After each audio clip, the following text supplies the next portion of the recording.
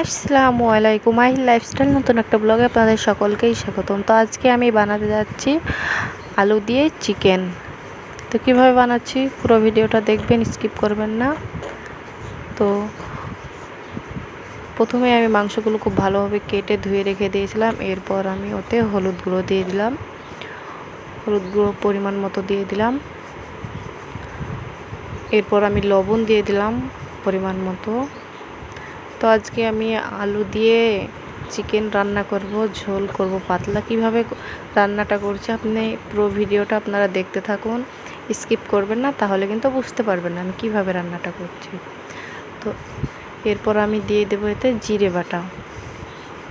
জিরে বাটাটা দেওয়ার পরে রসুন বাটা দিয়ে দিলাম পরিমাণ মতো, পেঁয়াজ বাটা আমি এখানে একটা পেঁয়াজ বেটে দিয়েছিলাম, পরিমাণ মতো পেঁয়াজ বাটা, এখানে আদা বাটা। এরপর আমি কাঁচা লঙ্কা বেটে দিয়েছি, কাঁচা মরিচ বা কাঁচা লঙ্কা যেটাই বলেন আমি বেটে দিয়েছি। এরপর ধনিয়া গুঁড়া দিয়ে দিয়েছিলাম উপর দিয়ে, আর একটু লাল মরিচ গুঁড়ো দিয়ে দিয়েছিলাম, ওটা আমার ভিডিও করা হয়নি।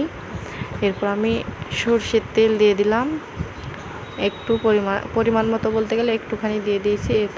এবার আমি এরপর খুব ভালোভাবে ম্যারিনেট করে রেখে দেব, আধা ঘন্টা রেখে দেব। আমি ম্যারিনেট করে রেখে দিয়ে আমি প্রেশার কুকারে দুটো আলু সিদ্ধ করতে দিয়েছি। এই আলু সিদ্ধ করে আমি আলুগুলো ভেজেই রান্না করব। তো দেখতে থাকুন কিভাবে রান্না করছি। তো এটা ম্যারিনেট করা হয়ে গেছে, আমি ওখানে সাইড করে রেখে দিয়েছি। তো আলুগুলো আমার খুব ভালোভাবে সিদ্ধ করা হয়ে গেছিলো। তো আমি এরপর গরম তেলে আলুগুলো খুব ভালোভাবে লাল লাল করে ভেজে নেব।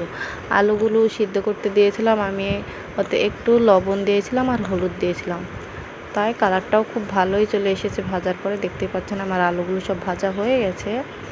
এরপর ওই আলুগুলো খুব সুন্দরভাবে ভেজেছি, আমার আলুগুলো কিন্তু বেশিক্ষণ রান্না করতে হবে না।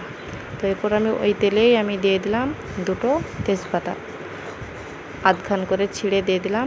তো হালকা ভেজে নিয়ে আমি পেঁয়াজ কুচি, একটা পেঁয়াজ কুচি, সামান্য পরিমাণ রসুন কুচি হালকা ভেজে নেব। দিয়ে হালকা ভেজে নিয়ে আমি মাংসটা দিয়ে দেবো এতে। তো আলুটা যেহেতু সিদ্ধ ছিল তাই বেশিক্ষণ আমাকে রান্না করতে হবে না, দেখতে থাকুন ভিডিওটা। তো এরপর ম্যারিনেট করা মাংসটা আমি আধা ঘন্টা মতো রেখেছিলাম।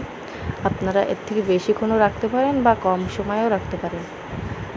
তো এরপর আমি মাংসটা দিয়ে দিই, খুব ভালোভাবে নেড়ে চেড়ে অনেক সময় নিয়ে মাংসটাকে কষিয়ে নেব। তো দিকে মাংসটা কষানো হতে হতে দিকে আমি দুটো মশলা বেটে নিয়েছি। তো দেখতে পারলেন মশলাটা বেটে কিন্তু আমি এই পর্যায়ে দিয়ে দিব মশলাটা আমি দিয়েছিলাম, কিন্তু ওটা আমার স্কিপ হয়ে গেছে। দুটো মশলা 3টে লবঙ্গ বেটে আমি দিয়ে দিয়েছিলাম। আমার মাংসটা খুব ভালোভাবে দেখতে পাচ্ছেন কষানো হয়ে গেছে। অনেকক্ষণ সময় নিয়ে 20 থেকে 25 মিনিট ধরে আমি মাংসটাকে কষিয়ে নিয়েছিলাম। তো এরপর আমার চিকেনটা কষানো হয়ে গেলে আমি এতে হালকা কুসুম গরম পানি দিয়ে দিলাম, হালকা গরম পানি দিয়ে দিলাম। এতে কী হয়, টেস্টটা খুব ভালো বাড়ে, তাড়াতাড়ি আমার চিকেনটা ফুটে যাবে। তো আলুগুলো আমি এখন দেব না, যেহেতু আলুগুলো আমার খুব ভালোভাবে সিদ্ধ করা ছিল, সেজন্য মাংসের ঝোলটা ফুটে যাওয়ার পরে আমি আলুগুলো দিয়ে দিলাম। আলুগুলো দেওয়ার পরে আমি দুটো উপর দিয়ে কাঁচামরিচ চিড়ে রেখেছিলাম আমি দিয়ে দেব। একটু নেড়ে চেড়ে আমি এরপর 3টে কাঁচা লঙ্কা চিড়ে রেখেছিলাম দিয়ে দিলাম। এরপর সামান্য পরিমাণ আমি একটু খুব বেশি ফোটাবো না, যেহেতু আমার আলুটা সিদ্ধ আগে থেকেই করা আছে, তাই আমি একটু ফুটিয়ে উপর দিয়ে আমি সানরাইডের মিট মশলা দিয়ে আমি নামিয়ে নেব। আমার রান্না হয়ে গেছে। তো আমার ভিডিওগুলো ভালো লাগলে লাইক করবেন আর কমেন্টে জানাবেন, আমার চ্যানেলটাকে সাবস্ক্রাইব করে দেবেন।